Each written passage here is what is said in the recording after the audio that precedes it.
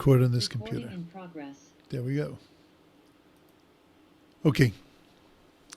So we spoke about the acquisition of Chachma as being a protection against all of those things that can happen to a person, all of those temptations that a person is, that is sent to a person and that a person lives in. So then the Chachma is able, the opening of the eyes, basically, the filling the head with wisdom, so then that is able to protect us against it.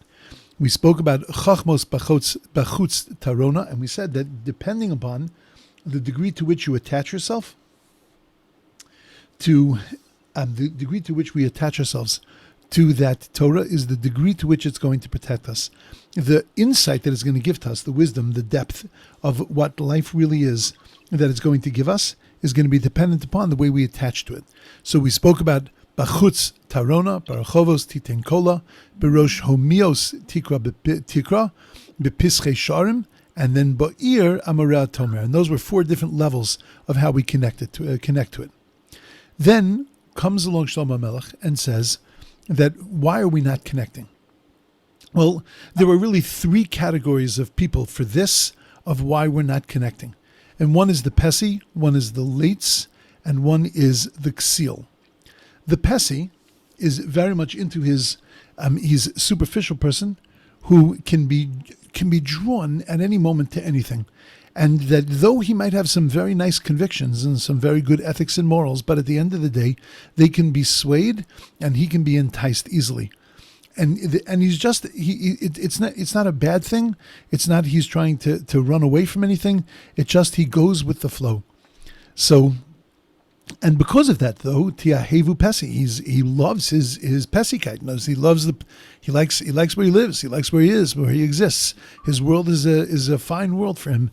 It's eclectic, and he's learning all kinds of new things all the time. He's trying out different things. It's all wonderful. The Leitzim, we said, the scoffers, they were Lotzon Chamdu. So they needed to hide behind. They desire the chemda, the latzon. They desire the scoffing and the cynicism because that's the way they protect themselves from having to grow too much. That's the way they protect themselves from having to leave their comfort zone. And the ksilim, the fools, who have a really, really messed up picture of the way things are supposed to be. They see things in a very superficial kind of way. And they are simply afraid. It doesn't come easy to them. Knowledge doesn't come easy to them. Understanding doesn't come easy to them. They're a little obtuse in that sense. They are stuck in the ways that they live and see the world, and therefore they see das as being something that's going to shake that world and something going to tear that world apart. And therefore Yisnu, they hate that das. And ad Mosai, right? So then Shlomo Melech turns to them and says, Ad Moshe, until when is this going to be? I put the Ad Moshe in the wrong place, but it actually fits very nicely there because it comes at the end. It doesn't come at the end of the pasuk, but I whatever, due to a technical error, it ended up at the end of the pasuk, but it actually fits because it applies to each one of those. Ad Moshe, until when are you going to be this kind of child? Until when are you going to be this immature? So now Shlomo Hamelech turns to those 3, and he says to them, "Tashuvu litochachti, return to my toichacha, return to my reproof. Hine abia lachem ruchi, I'm going to express my spirit to you, and odia devarai eschem, I'm going to make my words known to you." You're afraid. Pesi, you're stuck where you are. You're getting dragged all over the place. You're stuck in your little world. And Ksil, you're stuck where you are. This is the solution to unstick yourselves.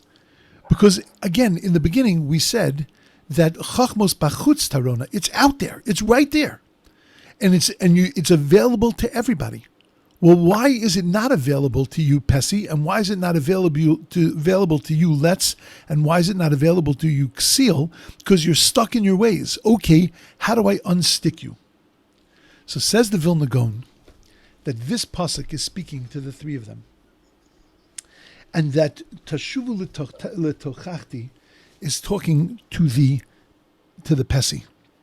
The Pesi, we said, has taivas, he has desires, and when something sounds right, he gets drawn into them, and he says, "Yeah, that'll satisfy me. That'll be a good thing."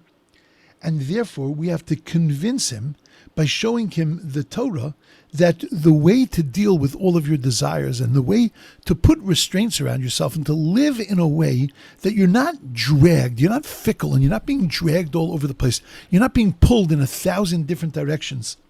The way to stay consistent to who you are and to stay on one path in life is through tochacha. Tochacha, rebuke, does not necessarily mean to yell at a person. But through tochacha, through really being mochiach, of unveiling and revealing everything, and showing you the folly, the silliness of your ways, so then that will help you break your taivas, help you break that feeling that you have that everything, I'm okay, you're okay. No, I'm not okay, and you're not okay, and not everything is okay. And that there are boundaries, there's right and a wrong, there's a good and a bad, there are things that are more appropriate and less appropriate, but the Pesi doesn't see that. Everything is good to the Pesi, and it's not because the Pesi is a happy person, because he's a rose-colored, he sees everything through rose-colored glasses. It's because the Pesi is not aware enough of what's going on to hold on to one thing. And to look at one thing and to say, this is my lifeboat, this is my life preserver, this is what's going to keep me alive. And therefore we teach that to the Pesi. Says Shlomo Hamelech, tashuvu letochachti, that if you listen to my tochacha, if you listen to all of the rebuke, all the lessons, all of the instruction that's going to come through here, it's going to illuminate you, it's going to open your eyes and make you realize that, you know what, there is one path in life. And there is one truth in life, and there is one way to go, and I can't be constantly pulled in every direction. But tashuvu, you're going to work, you're going to come back, you're going to staple yourself back in litochachti. And then he turns to the let's, and he says to the let's that hine abia lechem ruchi. See, we describe the let's as the person who is hiding behind and has a desire and a need, because we use the word chemda, has a desire and a need for protection from the Yetzer HaTov. You see, the Pesi has to be protected from the Yetzer Hara, from the evil inclination that's constantly pulling him in every direction. That's Teichacha, that's its protection. But the problem with the Letz is that the Letz is afraid of the Yetzer HaTov. He is afraid that the Yetzer HaTov is going to get him, that the good inclination is going to get him, that he's going to be dragged in, that he's going to become more religious, and he's going to become more spiritual, and he's going to become more thinking, and it's not where he really wants to be. And therefore, to protect himself from the Yetzer HaTov, he builds this world of Leitzanas, this world of knocking everything down. You know, in yeshiva, the yeshiva tolerated many guys in the yeshiva. It tolerated many different kinds of things. To get thrown out of the yeshiva, you really had to be on the top of the list. I ended up on the top of the list at one point, and they did want to throw me out. They don't use the word throw out. They wanted to suggest that I go learn in another yeshiva. Whatever, Baruch Hashem, that didn't work out, and I stayed put where I was. But at the end of the day, the yeshiva, they actually used me as an example once of why we don't throw guys out of yeshiva, because look what happened to Wohlgelernter, right? So Baruch Hashem, I mean, little did they know, but okay, but that was in their minds that it was a good thing that they didn't throw me out. But there was one group of guys that the yeshiva was very, very much thinking about throwing out. There were 4 guys who were cynics, Leitzanim. There wasn't a thing that happened in the yeshiva that they didn't have something negative to say. Now, it happens to be that these 4, 40 years later, are incredible Talmidei Chachamim. Incredible. Each one of them, incredible Talmidei Chachamim. Guys who never really made it. 2 of them tried to make it in the world of Torah, but never really made it, because the cynicism and the late sonus, and the turning everything into a joke, and the de-emphasizing everything, and the just, like I've said over the past couple of days, just poking a hole in things and denuding it of its real meaning, so then that got in the way of their lives. But the Let's thinks that what that's doing is that deep down what he thinks is that that's protecting him from the Yetzer HaTov that he's so afraid of, from giving into that Yetzer HaTov. They only feel comfortable if they can poke fun at something, warding off the possible attraction that could have. So what does HaKadosh Baruch Hu say to them? You know what your remedy is going to be? Your remedy is going to be to get an overabundance of my Ruach. If you just open yourself up, you'll be able to feel the spirit. You'll be able to feel the spirituality, the ruchnius. You'll be able to feel my Ruach. If you infuse that into the things that you do, so then you'll be able to draw closer to them, and you won't be so afraid of them. You know, I had recently, I gave a talk about putting God back into your life. And I talked about putting God back into your Torah, putting God back into your Shabbos, putting God back into your kashrus, putting God back into your davening. Now you have to understand, I wasn't talking to a group of Balei Tshuva. I wasn't talking to a group of people that were just rote people. I was talking to a group of Talmidei Chachamim. I was talking to people that themselves could be Rabbanim, that were Balabatim. They're people that that were in the world, but they're very knowledgeable, very religious. They would be classified as deeply religious and committed people. And as I'm giving the drasha, I'm saying to myself, maybe I'm a little bit over the line here. Maybe this is the wrong drasha for the crowd. Afterwards, it was very clear to me that it wasn't the wrong drasha for the crowd, because people appreciated the fact that very often what happens is we get stuck into the way that we live. We get stuck into the things that we do.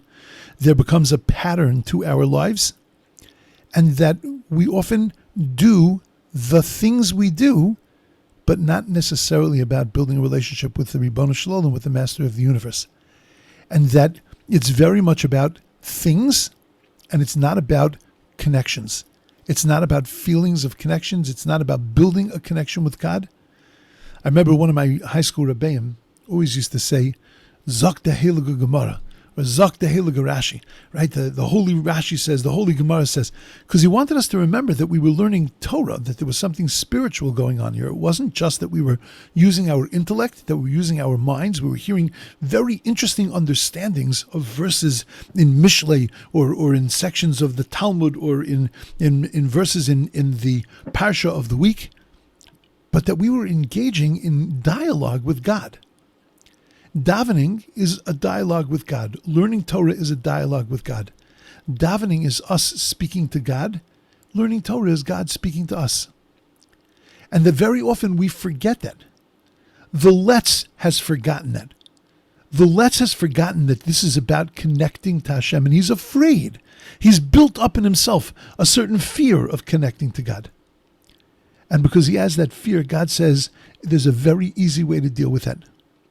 That if I just, I'm gonna give him like a double dose, like a double cup of coffee in the morning. I'm gonna give him a double dose, and when I give him a double dose and he opens his eyes, so then he's going to feel that, he's going to see that. Now, granted, he still has to open his eyes, he still has to be capable of opening his eyes, but clearly he is capable, because otherwise God wouldn't be talking to him. He'd be dead already and gone, and it wouldn't matter. So clearly he does have that capability. And if they will only feel my spirit, then they won't be so afraid. If Hine Abia Lochem Ruchi, I'm going to be Abia, I'm going to show it to them, I'm going to reveal it to them, my Ruach, my spirit, so that when they bench, they're not saying words, they're benching to me. When they daven, they're not just saying words, but they're davening to me. When they keep Shabbos, when they stand and they hold their Kiddush cup, they feel like they're holding it and God's hand is underneath them.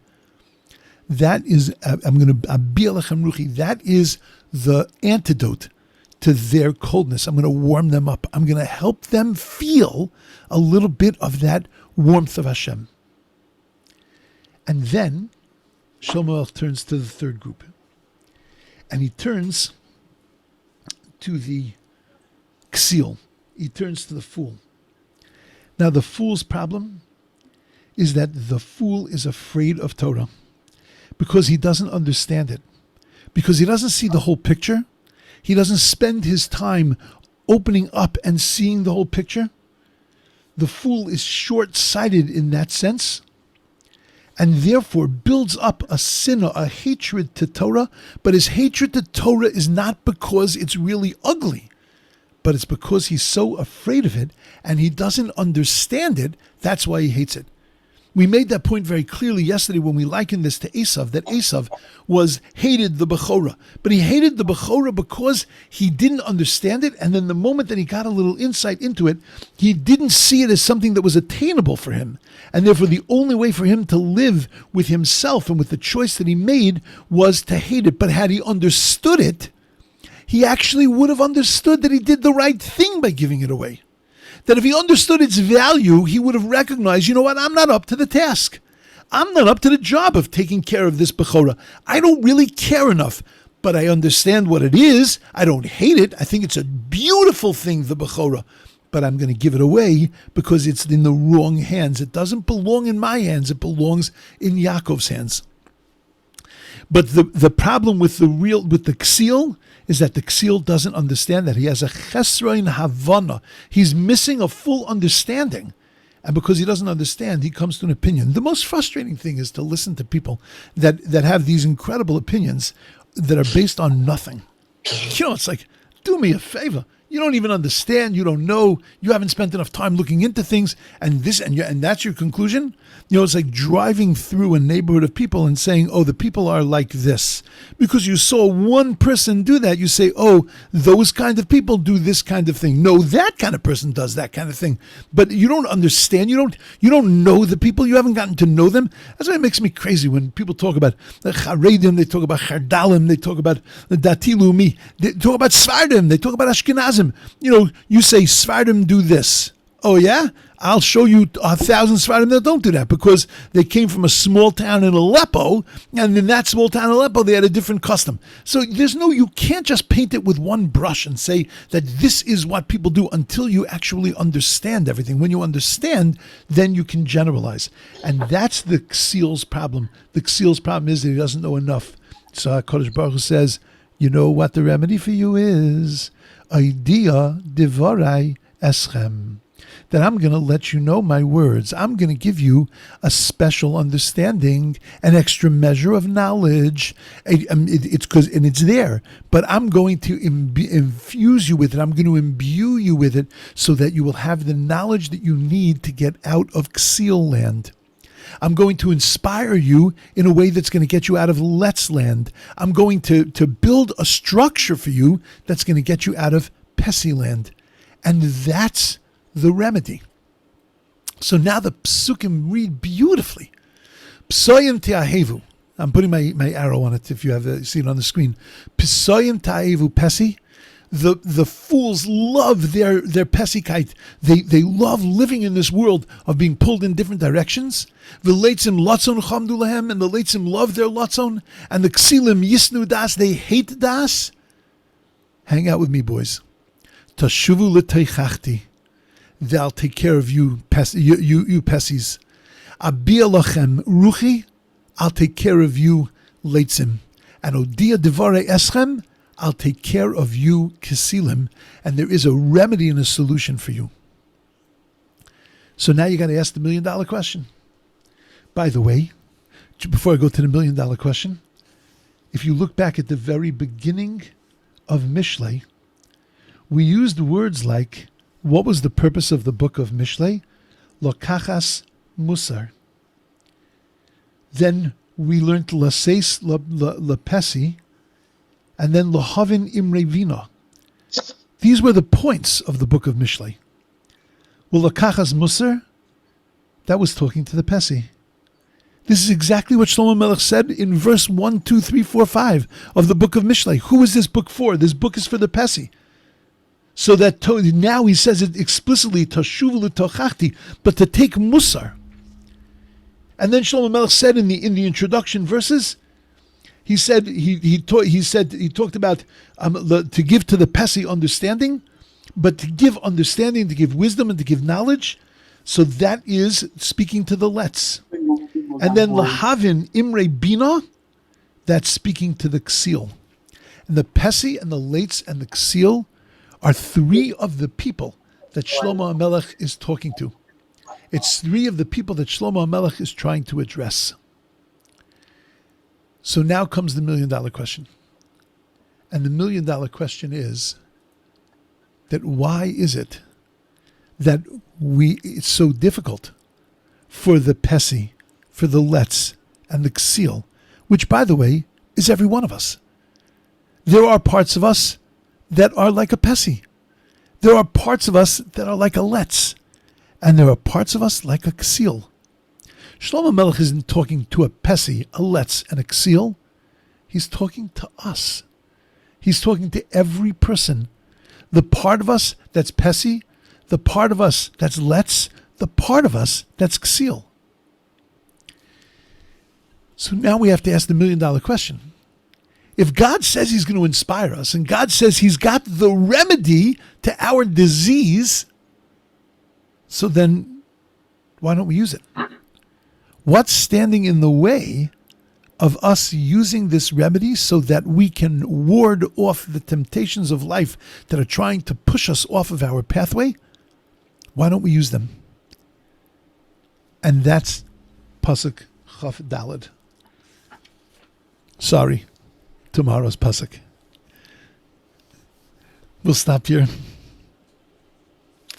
And we get into now a beautiful section of what's standing in the way. By the way, the Mesilas Yesharim, the path of the just, is structured this way, that whenever he introduces a midah characteristic that a person is supposed to develop in order to be able to improve themselves and to make them into a stronger person, he identifies it, and then he shows ways to get it, and then he shows reasons why it's so difficult to achieve and what stands in the way of our achieving those things.